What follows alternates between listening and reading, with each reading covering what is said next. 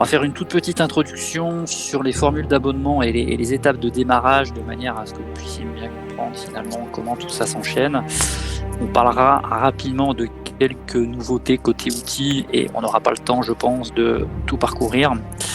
On abordera également si on a aussi un petit peu de temps, un petit peu de découverte et d'usage au niveau des outils, mais dans un premier temps, donc on va faire quelque chose d'assez statique. On va suivre finalement le déroulement des quelques diapositives que j'ai préparées ici. Alors on commence rapidement par quelques rappels donc, sur les formules d'abonnement et les étapes de mise en place de votre compte.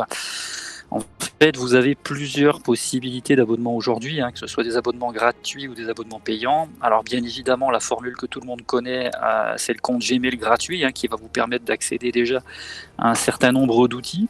Et en l'occurrence, ça vous permet déjà de travailler, de faire des tests et de pourquoi pas démarrer des choses. Si vous êtes enseignant, bien évidemment, il n'y a aucun souci là-dessus. Alors évidemment, la formule propose très peu de stockage et limite également le nombre de personnes dans les meetings, mais ça vous permet quand même de démarrer, de comprendre un peu. Alors évidemment, si vous êtes plutôt dans l'éducation, je vous conseille de, pourquoi pas au niveau de votre établissement, de faire la demande d'ouverture d'une suite éducation. Évidemment, ce genre de suite est gratuit pour les établissements scolaires qui remplissent bien évidemment les conditions. Vous trouverez donc le site qui va bien, vous tapez Google Éducation dans le moteur de recherche Google à travers votre navigateur Chrome bien évidemment, et vous allez trouver assez facilement de l'information sur l'ouverture d'un compte pour une suite éducation. Vous avez également des formules payantes, la suite essentielle et des suites basiques business ou entreprise qui là bien évidemment proposent plus de capacité de stockage et bien évidemment plus de personnes dans vos meetings, dans vos visioconférences, c'est bien évidemment aussi nécessaire. Lorsque vous êtes sur des nécessités d'usage plus élevées, bien évidemment, ça peut se comprendre. Voilà, donc il y a quelques éléments à bien avoir en tête donc, sur les différentes formules. Et vous voyez, j'ai mis quelques caractéristiques en termes de stockage ou le nombre de personnes dans les meetings. Donc ça peut être des critères, mais il y en a d'autres, bien évidemment.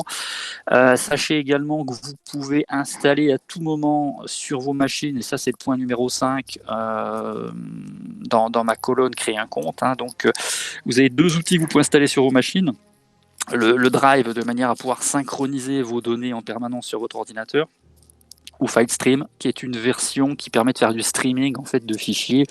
Tout simplement, les fichiers ne sont pas présents physiquement sur votre machine, mais vous pouvez quand même les manipuler à travers votre machine, donc ça fait que ça n'occupe pas de place sur votre disque dur. Et c'est finalement une formule un peu plus souple que le Drive traditionnel.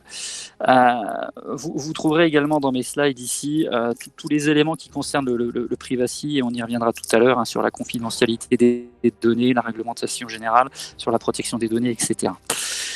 On parle rapidement des étapes de comment démarrer. Alors comment démarrer, c'est simple. Dans un premier temps, il faut créer votre compte. Donc créer votre compte, c'est en lien avec l'abonnement que vous aurez choisi par rapport à ce que vous souhaitez faire. Deuxièmement, manager votre compte. Donc, si vous utilisez le site Google Account, vous allez pouvoir manager les informations qui sont dans votre compte. Ça, c'est important puisque ça va vous permettre de rentrer certaines informations.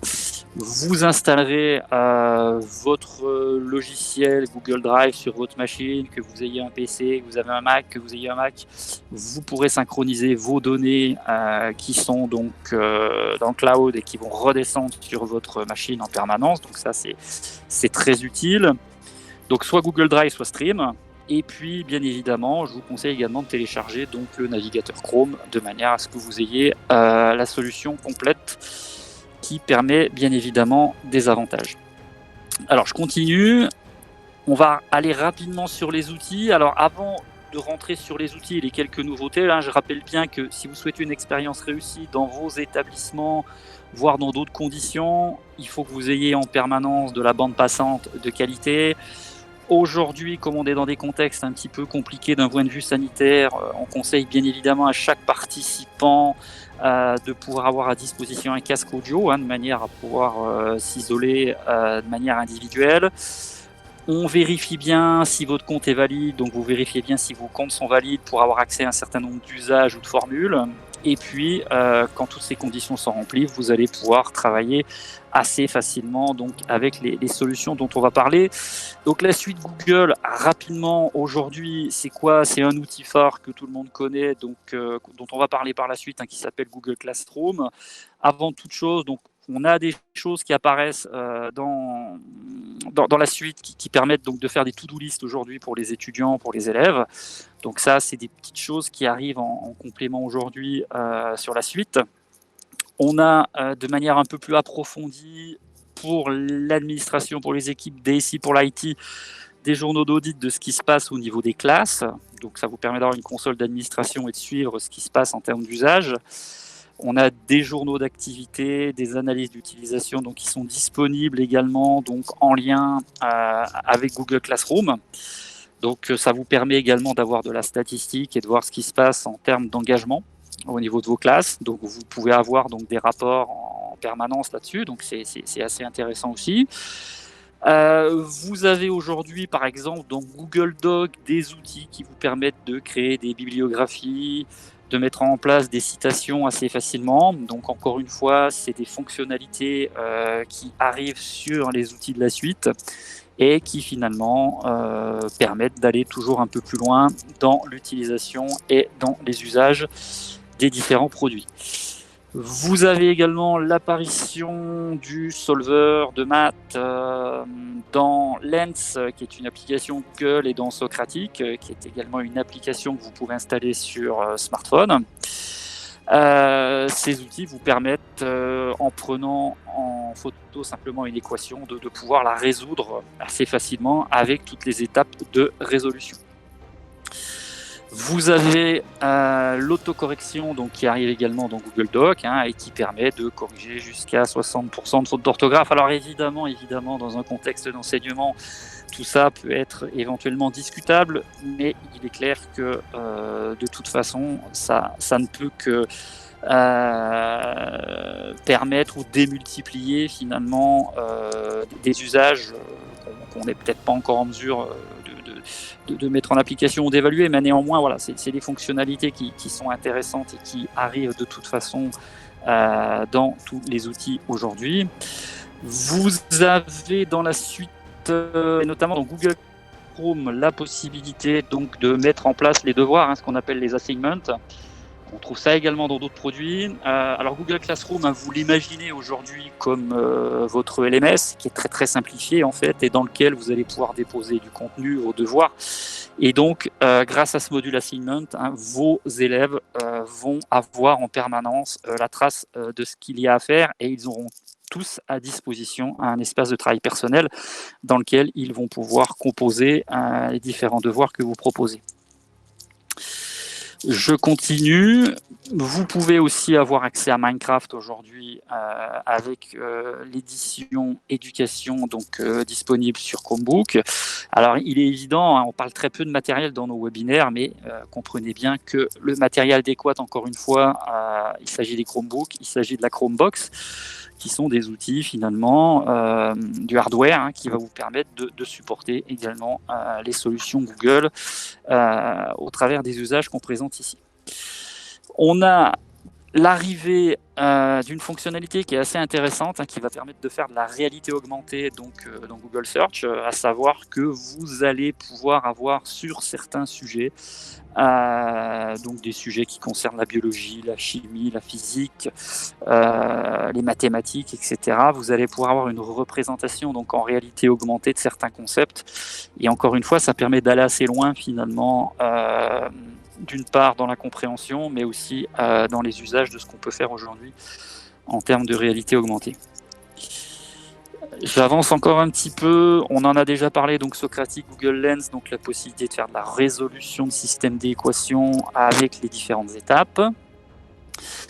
Les fonctionnalités qui vont arriver dans Google Meet, à savoir donc les fonds d'écran personnalisés, les tuiles qui vont être plus nombreuses jusqu'à 49, le tableau blanc numérique qui va être intégré, et également la possibilité d'avoir plus de langues dans le sous-titrage, puisqu'aujourd'hui on a essentiellement de l'anglais, et puis d'autres fonctionnalités par la suite pour les versions éducation et entreprise, les breakout rooms, qui sont des fonctionnalités directement inspirées de Zoom, le suivi des participants, la gestion du son intelligent, etc. Voilà, il y a plein de nouveautés qui vont arriver également au niveau de Meet. Alors évidemment, donc l'intégration de Meet dans Google Classroom, c'est déjà une réalité, puisque à partir du moment où vous créez votre classe dans Google Classroom, vous avez un canal Meet qui est dédié et qui est permanent et qui permet finalement à tous les membres d'une classe d'avoir un canal de communication qui est unique au travers de Google Meet. On a donc de la composition intelligente également dans Docs, puisque la machine est capable de vous faire des propositions aujourd'hui en termes de mots ou d'expressions que vous pourriez avoir à écrire. Donc la machine anticipe un petit peu ce que vous allez pouvoir dire. Au niveau Classroom, alors bien évidemment, la caractéristique de Google Classroom, c'est de pouvoir faire un cours de manière complètement hybride, c'est-à-dire qu'on peut animer une partie du cours en présentiel et donner la possibilité à vos élèves d'être présents également à distance. Donc le principe d'hybridation aujourd'hui commence à être connu et commence à se répandre, vu le contexte sanitaire dans lequel on est amené à travailler. On a la possibilité, bien évidemment, d'exporter les notes qui sont générées dans Google Classroom, donc à l'aide de vos devoirs, et en l'occurrence de Google Forms, qui lui est un outil qui permet donc de faire d'évaluation sommative. Vous pouvez également exporter vos notes dans différents systèmes de notation que vous utilisez. Vous avez dans les assignments, à savoir dans les devoirs, ce qu'on appelle les rubriques, qui sont finalement des espaces dans lesquels vous allez pouvoir également délivrer des commentaires, des annotations en lien avec les notes que vous donnez à vos élèves sur vos devoirs, donc ce qui vous permet finalement de créer des gabarits de correction et donc de savoir que pour telle et telle note, vous allez attribuer tel et tel commentaire. Alors, on peut schématiser ça par un tampon sur lequel on aurait écrit un certain nombre de choses et on tamponne à chaque fois les copies.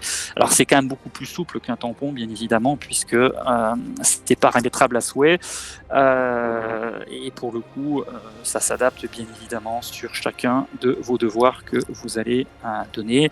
On a les calculs automatiques de notes de moyenne avec les décimales, et j'insiste bien avec les décimales, c'est important. Et puis pour finir là-dessus, donc on sait qu'on a les Chromebooks et les Chromebox qui sont donc en matériel et qui peuvent vous accompagner également. Donc on a quelques fonctionnalités nouvelles comme des hubs d'applications qui apparaissent sur les Chromebooks, donc qui vous permettent d'avoir accès plus facilement à des applications orientées éducation.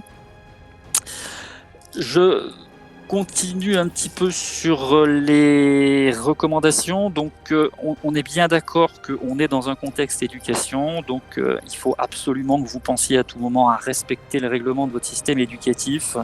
Donc à propos de la vie privée et de la sécurité, on rappelle bien qu'en France, la majorité numérique est fixée à 15 ans et que pour le coup, ça impose une simple signature ou une double signature, suivant l'âge de l'élève. Si l'élève a moins de 15 ans, il est bien évidemment amené à devoir avoir le consentement de ses parents et son consentement à lui pour l'usage des solutions que vous lui mettez dans les mains.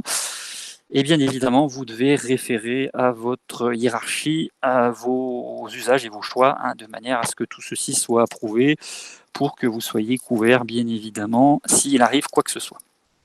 En espérant vous retrouver la semaine prochaine. Bon après-midi à vous, bon courage, à bientôt, au revoir.